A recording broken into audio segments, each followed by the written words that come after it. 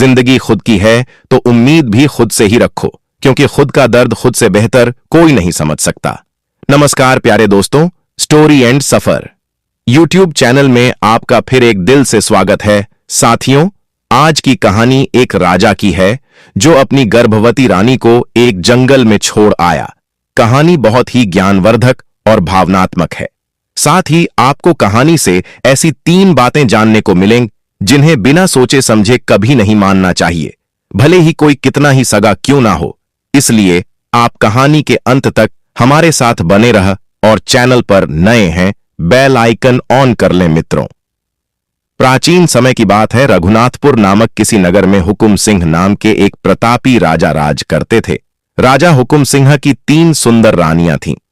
राजा की जो सबसे बड़ी रानी थी उसका नाम था वसुंधरा, जो बड़े ही अच्छे स्वभाव की सुंदर और सुशील महिला थी। पूजा पाठ, धर्म कर्म और पति की सेवा में ही उसका पूरा समय निकल जाता था। राजा की जो 2 छोटी रानियां थीं, उनमें से एक का नाम था त्रिवेणी और जो सबसे छोटी थी उसका नाम रूपमाला था। वे दोनों अभी कम उम्र और बहुत सुंदर थीं। मित्रों, बात कुछ ऐसी थी कि बड़ी रानी से जब राजा को कोई संतान नहीं हुई, तब राजा ने त्रिवेणी से विवाह किया, और त्रिवेणी से भी जब कोई संतान नहीं हुई तो राजा हुकुम सिंह ने रूपमाला से विवाह किया। साथियों, इस तरह 3 विवाह करने के बाद भी राजा को संतान प्राप्ति नहीं हुई।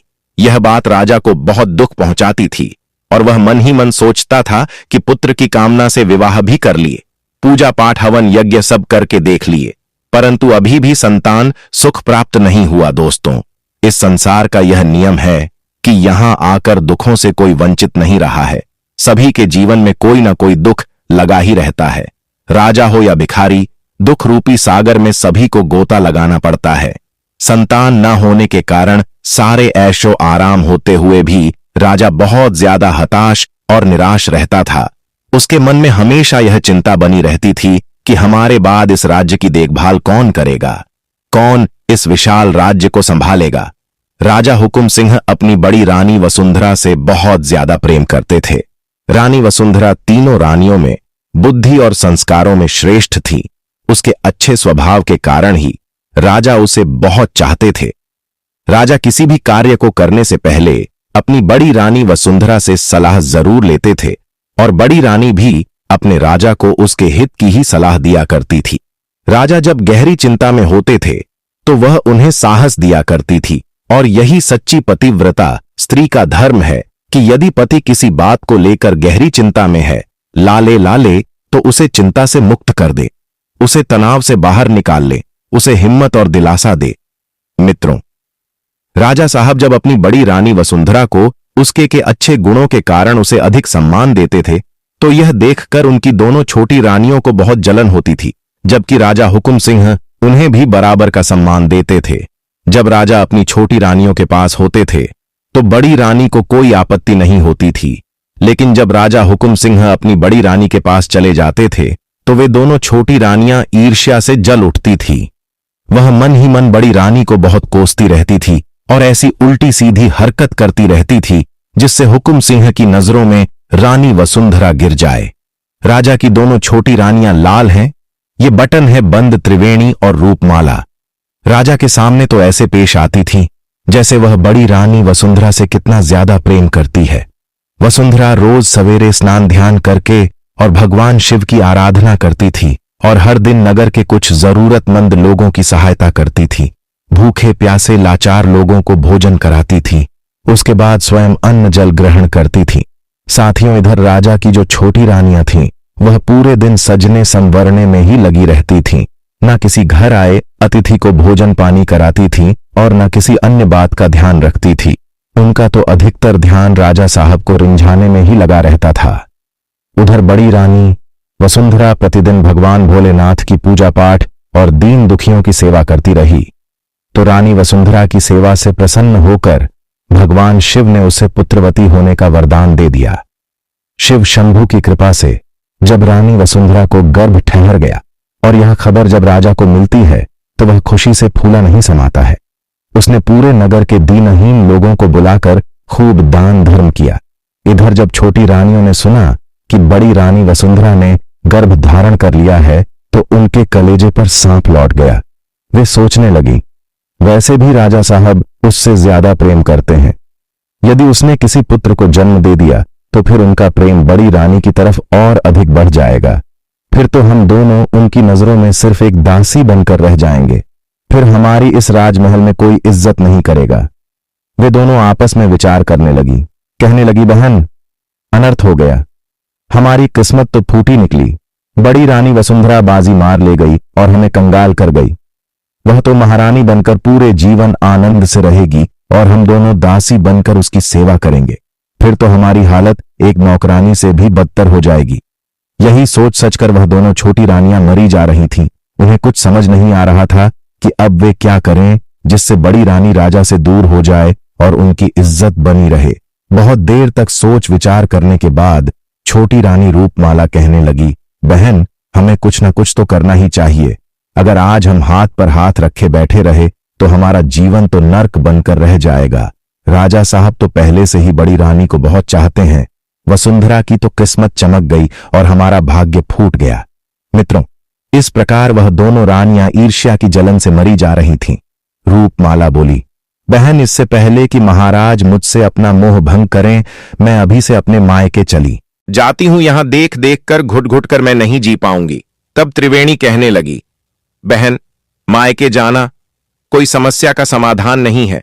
जरा विचार करो, तुम अपने मायके में कितने दिन रह पाओगी? आखिर एक ना एक दिन तो फिर से यहीं आना है, इसी राजमहल में। इसीलिए मेरी बात समझो। यहीं रहकर हमें कोई उपाय निकालना चाहिए जिससे राजा का प्रेम हमसे कम ना हो। तब रूपमाला बोली, बहन, तू ही कोई तरकीब सोच। तब त्रिवेणी कहती है, बहन, ध्यान से सुनना, मेरे दिमाग में एक योजना आई है। अगर यह योजना काम कर गई तो हमारी समस्या का समाधान हमेशा हमेशा के लिए हो जाएगा और हम सदैव महाराज की नजरों में उनकी प्रिय महारानी बनकर रहेंगे। तब रूपमाला पूछती है, बहन, हमें भी बताओ, वह कौन सी योजना है? तब त्रिवेणी समझाती है, अगर हम दोनों मिलकर बड़ी रानी को राज्य से निकलवा दें तो महाराज पहले की तरह हमसे प्यार करने लगेंगे और हमारा खोया हुआ सम्मान फिर से लौट आएगा। दोस्तों, इस प्रकार दोनों रानियों ने मिलकर बड़ी रानी वसुंधरा को राज्य से निकालने की योजना बनाई और अपनी दासी से कहकर राज्य पंडित को अपने महलों में बुलवाया। राज्य पंडित जब उनके महल में आए तो उन दोनों रानियों ने राज्य पंडित का बड़ा सम्मान किया। उनके भोजन के लिए तरह तरह के स्वादिष्ट व्यंजन बनवाए। उन स्वादिष्ट व्यंजनों को देखकर राज्य पंडित एकदम प्रसन्न हो उठते हैं। पंडित जी बड़े सहमते हुए पूछते हैं, हे रानियों, क्या यह सारा भोजन हमारे लिए बनवाया है? दोनों रानियों ने कहा, हां पंडित महाराज, यह भोजन आपके लिए ही बनवाया है। आप निश्चिंत होकर भोजन करिए। पंडित जी भोजन करने बैठ गए और दोनों रानियां पंखा लेकर उन पर हवा करने लगती हैं। पंडित जी सोचने लगे, इतनी सेवा खातिर करने का मतलब क्या है? कहीं आज मुझे बलि का बकरा तो नहीं बनाया जा रहा है, जैसे बकरे को पहले खिलाते पिलाते हैं और उसके बाद काट देते हैं। खैर, जो भी होगा, पहले भोजन करते हैं। इतना स्वादिष्ट भोजन तो हमने आज से पहले कभी नहीं किया है। पंडित जी पेट भर के भोजन करते हैं और उसके बाद पूछते हैं, हे रानियों, इतनी सेवा सत्कार करने का क्या? अब मैं कारण जान सकता हूं साथियों। राज्य पंडित के पूछने पर रानी रूपमाला उन्हें अपनी योजना के बारे में बताती है। हे पंडित जी, आपको हमारा एक काम करना होगा। आपको तो पता ही है कि बड़ी रानी इस समय गर्भवती है और आपको सिर्फ इतना करना है कि महाराज को बड़ी रानी के प्रति भड़काना है और बड़ी रानी पर कोई दोष लगाकर उसे राज्य से निकलवाना है। उनकी योजना सुनकर पंडित जी के हाथ पैर कपकपाने लगते हैं, चेहरे पर पसीना आ जाता है, भय से हाथ पैर सुन्न पड़ने लगते हैं। पंडित जी दोनों हाथ जोड़कर कहते हैं, रानियों, मुझे क्षमा कर देना, मैं यह घोर अपराध नहीं कर सकता। इतने दिनों के बाद तो हमारे महाराज के घर में संतान का सुख आने वाला है और यह खुशी महाराज से मैं कैसे छीन सकता हूं? यह घोर पाप का कार्य करके मैं नरक में नहीं जाना चाहता। अगर मैंने यह पाप कर भी दिया और किसी दिन राजा को पता चल गया तो वह हमें फांसी पर लटका देंगे और साथ ही साथ आप दोनों भी मारी जाओगी। इसीलिए रानियों, आप मुझे माफ कर दो। मैं इस कार्य में आपकी कोई मदद नहीं कर सकता। दोस्तों, जब पंडित जी उठकर चलने लगते हैं तो उन दोनों रानियों ने देखा कि बात तो बिगड़ रही है। तब दोनों ने हाथ पकड़कर पंडित जी को फिर से बैठा लिया और बोली, हे पंडित जी, यदि आपने हमारा यह काम कर दिया तो हम आपको मुंह मांगा धन देंगे। आपकी 7 पीढ़ियां बैठी बैठी खाएंगी, तब भी धन दौलत खत्म नहीं होगी। इतना कहकर उन दोनों रानियों ने सोने के सिक्कों से भरा हुआ एक थैला पंडित जी के आगे रख दिया। सोने के सिक्के से भरा हुआ थैला देखकर पंडित जी की आंखें फटी की फटी ही रह गईं। राज्य पंडित के मन में वह धन देखकर लोभ उत्पन्न हो गया। पंडित जी सोचने लगे कि इतना धन तो मैं पूरे जीवन में भी नहीं कमा पाऊंगा, जितना धन मुझे आज एक झूठ बोलने के लिए मिल रहा है। रानियां कहने लगीं, पंडित जी, आपको महाराज से भी डरने की कोई जरूरत नहीं है। आप यह धन लेकर किसी दूसरे राज्य में जाकर अपना बाकी का जीवन गुजार सकते हो। इस प्रकार से पंडित जो था वह लालच में फंस गया और उन सोने के सिक्कों को लेकर झूठ बोलने के लिए तैयार हो गया। लोभ ने पंडित की बुद्धि हर ली थी। सारा धर्म ज्ञान धरा का धरा रह गया। धन लेकर पंडित अपने घर चला गया और अगले दिन राजा के पास पहुंचा। राज्य पंडित ने अपने चेहरे को उदास सा बना लिया और उदास सा चेहरा लेकर वह राजा के सामने पहुंचा। राजा ने पंडित को अत्यंत चिंतित देखकर पंडित से पूछा, हे राज्य पंडित, आप किस बात के कारण उदास हो? तब पंडित जी मुंह बनाते हुए बड़े ही उदास स्वर में कहते हैं, हे महाराज, क्या बताऊं, बात ही कुछ ऐसी चिंताजनक है, लेकिन होनी को कौन टाल सकता है? राजा पूछने लगे, हे पंडित जी, आप तो बड़े ज्ञानी हो, फिर क्यों चिंता करते हो? कोई ना कोई तो उपाय आप निकाल ही लेंगे। पंडित जी कहने लगे, हे महाराज, अगर समस्या मुझ पर होती तो भी ठीक होता, लेकिन यह समस्या तो आपके ऊपर आने वाली है। इस समस्या को सोच सच कर मुझे पूरी रात भर नींद नहीं आई है। साथियों, राजा ने जब सुना कि समस्या मेरी है तो राजा बड़ा हैरान हुआ और ऊंचे स्वर में एकदम राज्य पंडित से पूछने लगा, ऐसी क्या समस्या है जो आपको इतनी चिंतित कर रही है? कृपया मुझे जल्दी से जल्दी बताइए। तब पंडित जी कहने लगे, हे राजन, मैंने अपने ज्योतिष ज्ञान से पता लगाया है कि आने वाले समय में आपके ऊपर और आपके राज्य के ऊपर बहुत बड़ी विपत्ति आने वाली है। काल का समय आने वाला है। विपत्ति की बात सुनकर राजा ने पूछा, क्या कह रहे हो? क्या कोई हमारा शत्रु हमारे ऊपर आक्रमण करने की सोच रहा है? राज्य पंडित कहने लगा, नहीं महाराज, ऐसा नहीं है। राजा हुकुम सिंह कहने लगा, अरे फिर कौन सी बात है? तब राज्य पंडित कहता है, हे महाराज, मैं आपकी होने वाली संतान को लेकर बड़ा चिंतित हूं। आपके ऊपर आने वाली विपत्ति आपके किसी शत्रु से नहीं, आपकी होने वाली संतान से प्राप्त होगी। हे महाराज, आपकी बड़ी रानी वसुंधरा की कोख में जो पुत्र पल रहा है, वही पुत्र आपकी विपत्ति का कारण है। वह पुत्र आपको बहुत ही ज्यादा कष्ट देने वाला है। उस बच्चे के जन्म के बाद जैसे ही आप उसे देखोगे तो उसे देखते ही आप दोनों आंखों से अंधे हो जाओगे और आपका राज्य भयानक बीमारी की चपेट में आ जाएगा। राज्य के बहुत से लोग बीमारी के कारण मृत्यु को प्राप्त हो जाएंगे। हे महाराज, यही मेरी चिंता का कारण है मित्रों। राज्य पंडित की बात सुनकर राजा ने लंबी सांस ली और बोला, हे राज्य पंडित, मैं अंधा होकर जीना नहीं चाहता हूं। कृपया इस विपत्ति से बचने का कोई उपाय बताइए। और हम यह भी नहीं चाहते हैं कि हम संतान के सुख से वंचित रहे। क्या आपके पास कोई ऐसा उपाय है जिससे यह दोनों बातें हो सकें? तब राज्य पंडित ने जवाब दिया, उपाय तो है महाराज, परंतु आप उस उपाय को कर नहीं पाएंगे क्योंकि वह उपाय बड़ा कठिन है। राजा ने कहा, पंडित जी, आप बस उपाय बताइए, करना और ना करना तो मेरे हाथ में है। तब राज्य पंडित रानी वसुंधरा को राज्य से बाहर निकालने के लिए झूठा उपाय बताता है। महाराज, यदि आप भलाई चाहते हैं तो अपनी बड़ी रानी वसुंधरा का इसी अवस्था में त्याग कर दीजिए। यदि आप अपनी बड़ी रानी को त्याग देते हैं तभी आप इस संकट से खुद को और अपने राज्य को बचा सकते हैं। इसीलिए रानी को इसी समय राज्य से निकाल दीजिए। इससे आपके ऊपर आने वाली विपत्ति भी टल जाएगी और रानी जहां भी रहेगी वह सकुशल बच्चे को जन्म भी दे देगी। दोस्तों, राजा जो था वह अपने राज्य पंडित के ऊपर बहुत विश्वास करता था। उसने सोचा, पंडित जी जो कह रहे हैं वही ठीक है। उसने एक बार भी राज्य पंडित पर संदेह नहीं किया कि पंडित जो कह रहा है वह उसकी दुष्ट रानियों की चाल है। राज्य पंडित की बात को राजा हुकुम सिंह ने बहुत गंभीरता से लिया और अपनी रानी वसुंधरा को त्यागने का निश्चय कर लिया। एक दिन राजा हुकुम सिंह ने अपनी रानी वसुंधरा से कहा, हे प्रिय, कहते हैं जब बच्चा मां के पेट में हो तो मां को अधिक से अधिक तीर्थों के दर्शन करने चाहिए, अधिक से अधिक भगवान का ध्यान भजन करना चाहिए। राजा आगे कहता है, चलिए हम कुछ दिनों के लिए तीर्थ स्थलों पर घूम कर आते हैं। साथियों, वह भोली भाली रानी राजा की चाल को नहीं समझ पाई कि वह तीर्थों की कहकर उसे राज्य से बाहर छोड़ने जा रहा है। एक बार तो रानी ने राजा से कहा, महाराज, इस समय मेरा 8वां महीना चल रहा है, इस हालत में आप मुझे कहां ले जाओगे? मैं महल में ही ठीक हूं। लेकिन राजा नहीं माना। वह तो राज्य पंडित की बातों से पूरी तरह अंधा हो गया था।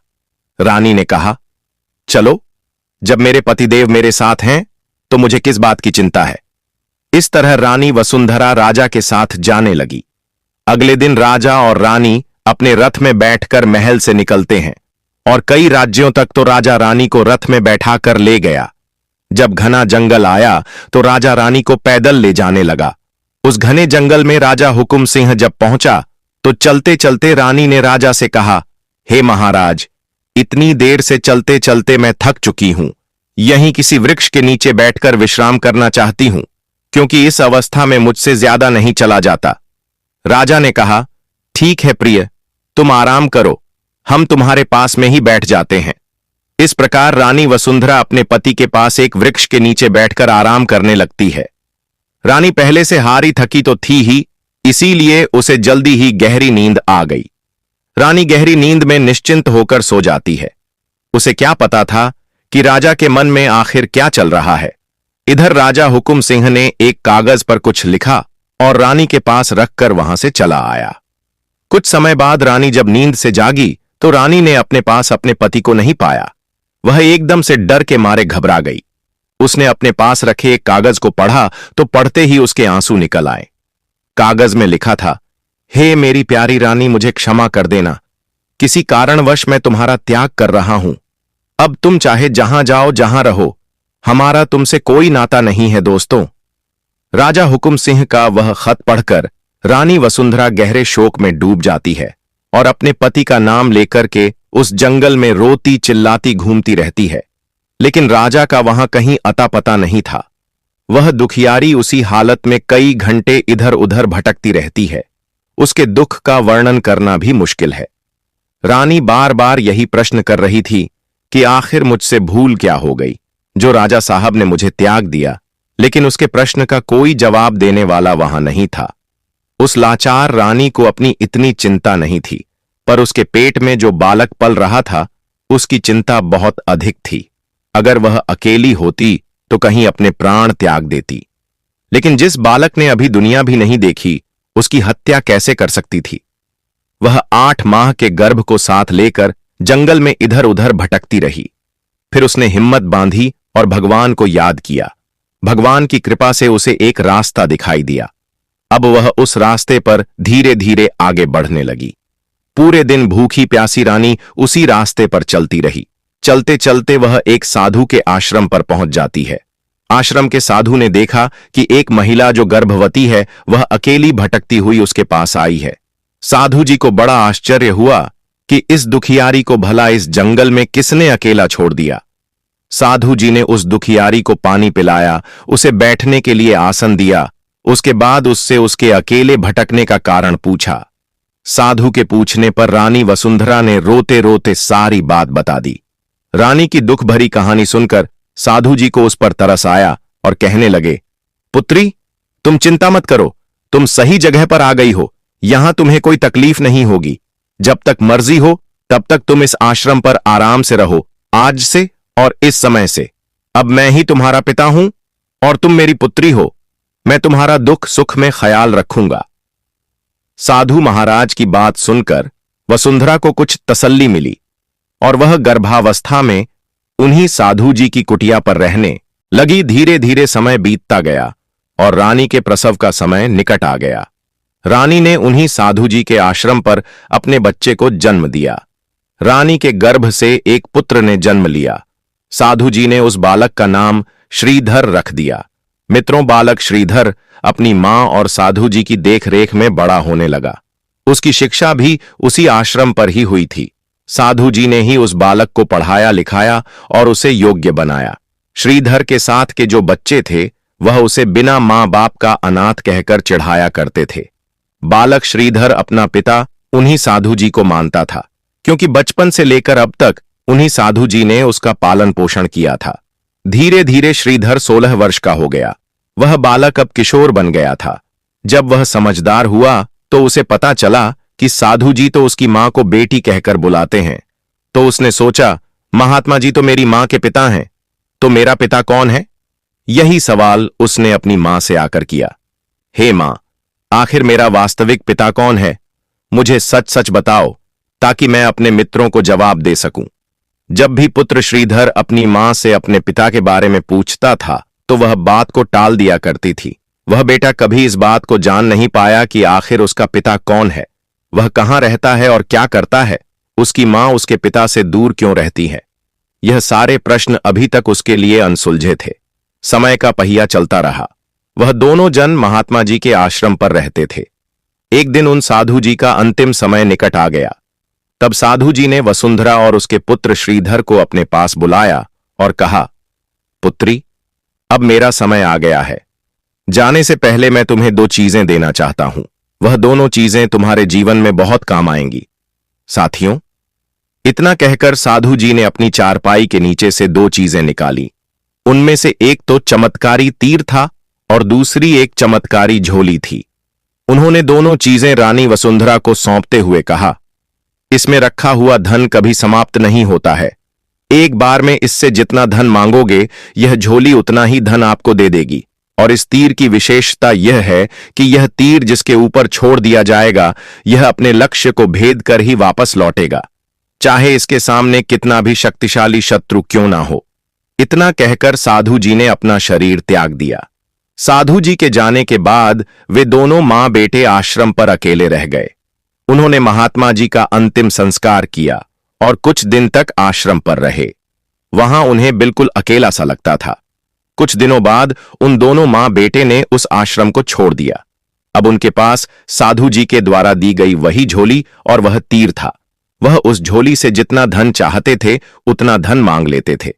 दोस्तों, एक दिन रानी वसुंधरा अपने पुत्र को लेकर अपने नगर को लौट आई, जहां उसके पति का राज्य था। उसने नगर में ही एक छोटा सा घर बनाया और बेटे के साथ वहां चुपचाप रहने लगी। अपने ही नगर में बेटे के साथ रहते हुए उसे 5 वर्ष बीत गए। रानी ने कभी अपने राजमहल में जाने का प्रयास नहीं किया और ना ही अपने बेटे को बताया कि यहाँ के जो राजा हैं वह उसके पिता हैं। उधर महल में राजा की दूसरी रानी त्रिवेणी ने महाराज हुकुम सिंह को अपने प्रेम जाल में ऐसा फंसाया कि वह पूरी तरह उसके काबू में आ गया।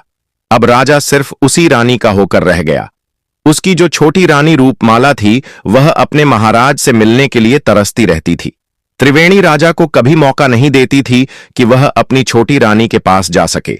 राजा भी त्रिवेणी के प्रेम के वशीभूत होकर वह जैसा कहती थी वैसा ही करता था। वह एक प्रकार से त्रिवेणी का गुलाम बन गया था। वह अपने दरबार में भी बहुत कम जाता था।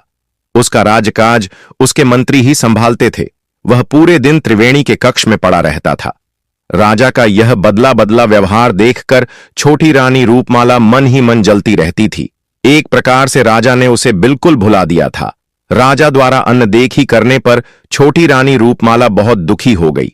वह समझ गई थी कि राजा जानबूझकर उससे दूर हो रहे हैं।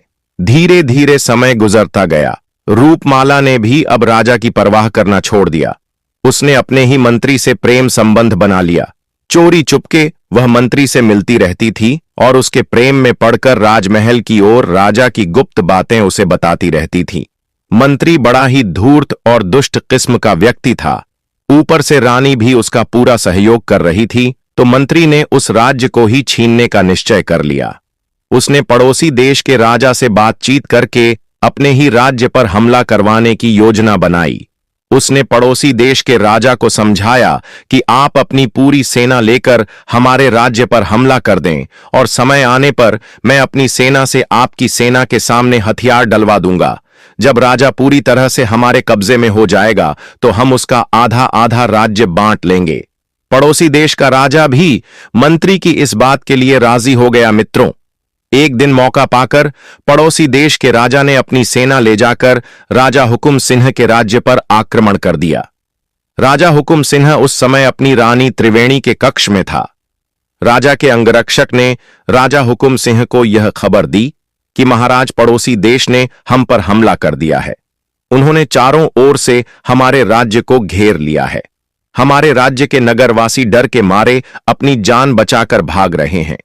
यह खबर सुनकर राजा हुकुम सिंह तुरंत युद्ध की तैयारी करने लगा और सेना को लेकर शत्रु सेना से युद्ध करने लगा। कुछ देर तक तो युद्ध चलता रहा, लेकिन उसे कहां मालूम था कि यह युद्ध उसके मंत्री की वजह से हो रहा है। सेना तो सब मंत्री के आदेश पर ही चल रही थी। उसने देखा कि उसकी सेना व्यर्थ में मारी जा रही है, तो उसने शत्रु सेना के सामने अपनी सेना को हथियार डालने को कह दिया। अब पूरी सेना ने मंत्री के कहने पर अपने हथियार छोड़ दिए। इधर राजा हुकुम सिंह अकेला पड़ गया। एक अकेला कब तक पूरी सेना से लड़ता। राजा ने अपनी सेना को जब शस्त्र डालते हुए देखा तो उसकी हिम्मत और भी ज्यादा टूट गई। शत्रु सेना ने आकर राजा हुकुम सिंह को चारों तरफ से घेर लिया और उसे बंदी बनाने का प्रयास करने लगे। जिस शत्रु सेना हुकुम सिंह को बंदी बनाने वाले थे, ठीक उसी समय पर एक जवान योद्धा तेजस्वी सूर्य की किरणों की तरह शत्रु सैनिकों को चीरता हुआ, काटता, मारता हुआ राजा के पास जा पहुंचा। उसने राजा को हिम्मत दी कि महाराज, आप घबराइए नहीं और अपने हथियार उठाइए। इतनी जल्दी हम हार नहीं मान सकते। उस जवान योद्धा को देखकर, उसकी वीरता को देखकर राजा हुकुम सिंह आश्चर्यचकित था। उसे समझ नहीं आ रहा था कि यह जवान योद्धा कौन है जो ऐसे समय में मेरी सहायता करने आया है। साथियों, वह जवान योद्धा कोई और नहीं बल्कि उसी राजा का पुत्र श्रीधर था। इस बात का ज्ञान ना तो राजा को था, ना ही उस पुत्र को। उस जवान योद्धा ने कहा, महाराज, शत्रु आपके नजदीक आ रहे हैं। कृपया अपना धनुष बाण उठाइए और उन पर हमला कीजिए, बाकी मैं संभाल लूंगा।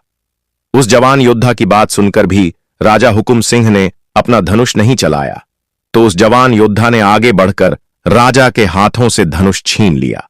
उसके बाद उसने अपनी पीठ पर लटके हुए उसी थैले से वहीं तीर निकाला। एकदम से निशाने को साधकर उसने वह तीर शत्रु सैनिकों पर छोड़ दिया। दोस्तों, वह तीर अचूक था। वह तीर जब धनुष से छोड़ा गया तो उसने एक ही बार में कई सैनिकों को मौत के घाट उतार दिया और पुनः उसके हाथ में लौट आया। उधर राजा ने देखा कि इस जवान योद्धा के हाथों से छोड़े हुए उस तीर ने एक ही बार में कई सैनिकों की लाशें गिरा दी। ज्यादा आश्चर्य उसे इस बात पर हुआ कि वह तीर सैनिकों को मारने के बाद में पुनः लौटकर उस जवान योद्धा के हाथों में आ गया। एक साथ में 300-400 सैनिकों की लाशें देखकर शत्रु सेना में खलबली मच गई। उन्हें विश्वास नहीं हो रहा था कि एक तीर से इतने लोग कैसे मारे जा सकते हैं। एक तीर से इतने सैनिकों की मौत कैसे हो सकती है। एक पल के लिए सब सोचने पर मजबूर हो गए। अब तो उस जवान योद्धा ने फिर से उस तीर को चलाया। इस बार एक ही तीर से शत्रु देश की सेना के हजारों सैनिक मारे गए, पर विशेष बात यह थी कि वह तीर शत्रुओं का सर्वनाश करके दोबारा उसके पास लौट कर आ जाता है। यह देखकर शत्रु राजा और उस मंत्री के हाथ पैर सुन्न पड़ गए। अब तो उनके दिमाग से राजा को बंदी बनाने का विचार निकल गया और वह अपनी जान बचाने में लग गए। मित्रों, तीसरी बार जब उसने धनुष पर बाण चढ़ाया तो शत्रु सेना ने देखा कि अब तो यह किसी को भी जीवित नहीं छोड़ेगा, तो उसकी पूरी सेना जान बचाकर भाग खड़ी हुई। पड़ोसी देश का राजा जब अपनी सेना को लेकर भाग गया तो राजा हुकुम सिंह निर्भय हो गए। उस जवान योद्धा ने अकेले ही उस युद्ध को जीत लिया था। राजा उस जवान योद्धा की वीरता को देखकर बहुत हैरान था। पूछने लगा, हे कुमार, तुम कौन हो? तुमने पलक झपकते ही एक तीर से युद्ध का पासा पलट दिया। धन्य है वो मां जिसने तुम्हारे जैसे वीर को जन्म दिया है। हे वीर बालक, मैं तुम्हारी युद्ध कला को प्रणाम करता हूं। इस प्रकार से राजा हुकुम सिंह उस राजकुमार की वीरता के कायल हो गए। कहने लगे, हे वीर युवक, यदि तुम सही समय पर नहीं पहुंचते तो दुश्मन मुझे बंदी बनाकर ले जाते और वह मेरी हत्या कर देते। तुमने मेरे प्राणों के साथ साथ इस राज्य की रक्षा की है। हम तुम्हारा यह एहसान कभी नहीं भूलेंगे। राजा हुकुम सिंह बार बार उस वीर युवक की प्रशंसा कर रहे थे। राजा बोला, हे पुत्र, मैं चाहता हूं कि तुम मेरे साथ मेरे राज्य महल में चलो। इस प्रकार से राजा उस जवान योद्धा को अपने महल में बुलाकर ले जाता है और उसका खूब सम्मान करता है, बड़ा स्वादिष्ट भोजन कराता है। इसके बाद राजा ने पूछा, हे वीर बालक, तुम्हारे माता पिता कौन हैं और वे कहां रहते हैं? तब उस जवान योद्धा ने बताया, महाराज, मेरा नाम श्रीधर है और मैं अपने पिता को तो नहीं जानता, पर मैं अपनी मां के साथ आपके ही नगर में रहता हूं। मेरी मां का नाम वसुंधरा है। उस जवान योद्धा की बात सुनकर राजा को कुछ आश्चर्य हुआ। राजा पूछने लगा, बेटे, तुम अपने पिता को क्यों नहीं जानते हो? तो उस युवक ने जवाब दिया, महाराज, मैंने अपने पिता को कभी देखा ही नहीं है।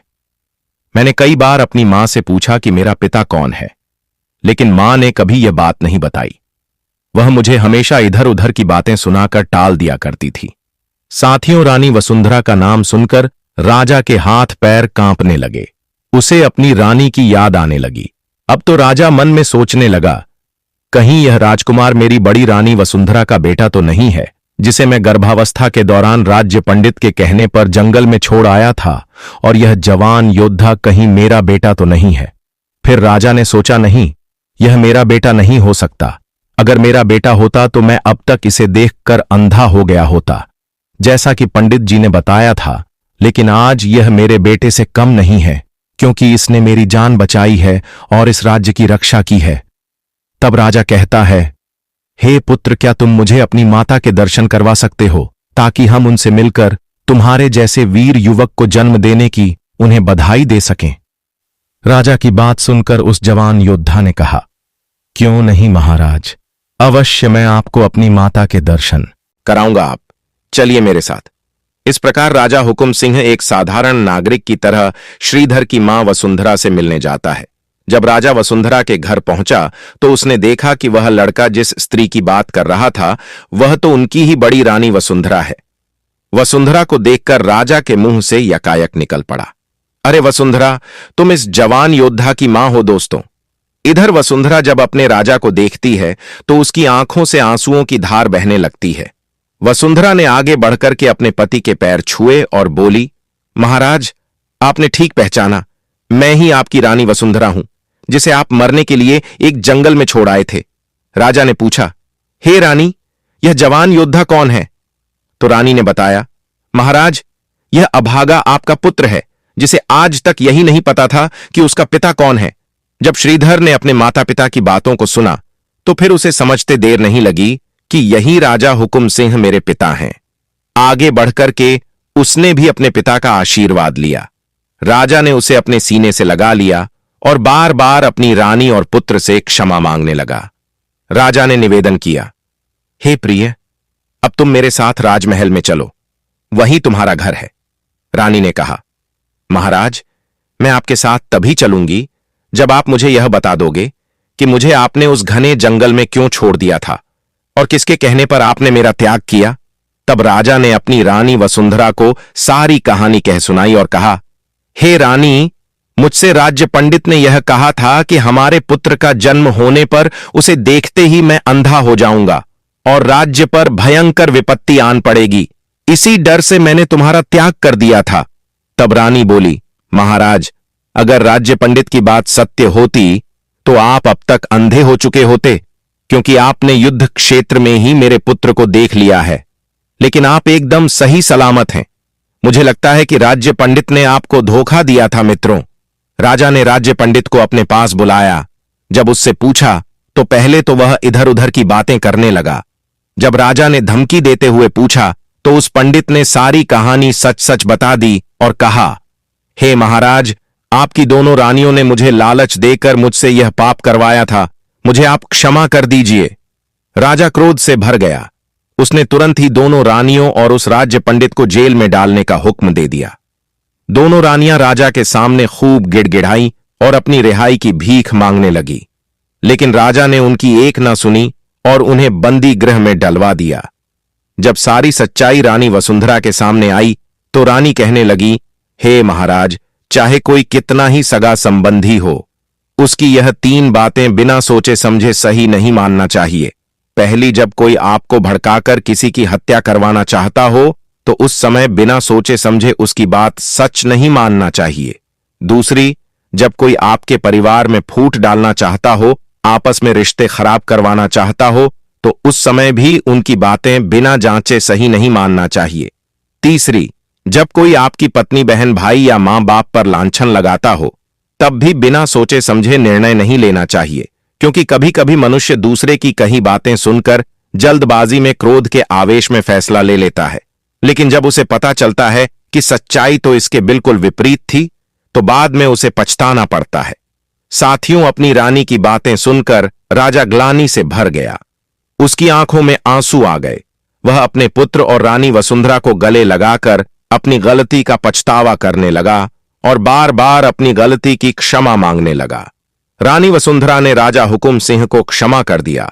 इस तरह राजा अपना राज्य धर्म निभाते हुए अपने पुत्र और अपनी रानी के साथ आगे का लगा। दोस्तों, कहानी पसंद आई हो तो वीडियो को लाइक करके चैनल को सब्सक्राइब कर लेना। धन्यवाद। जय श्री कृष्णा। जिन्हें आपकी रानी ने जन्म दिया था, रानी की दुर्द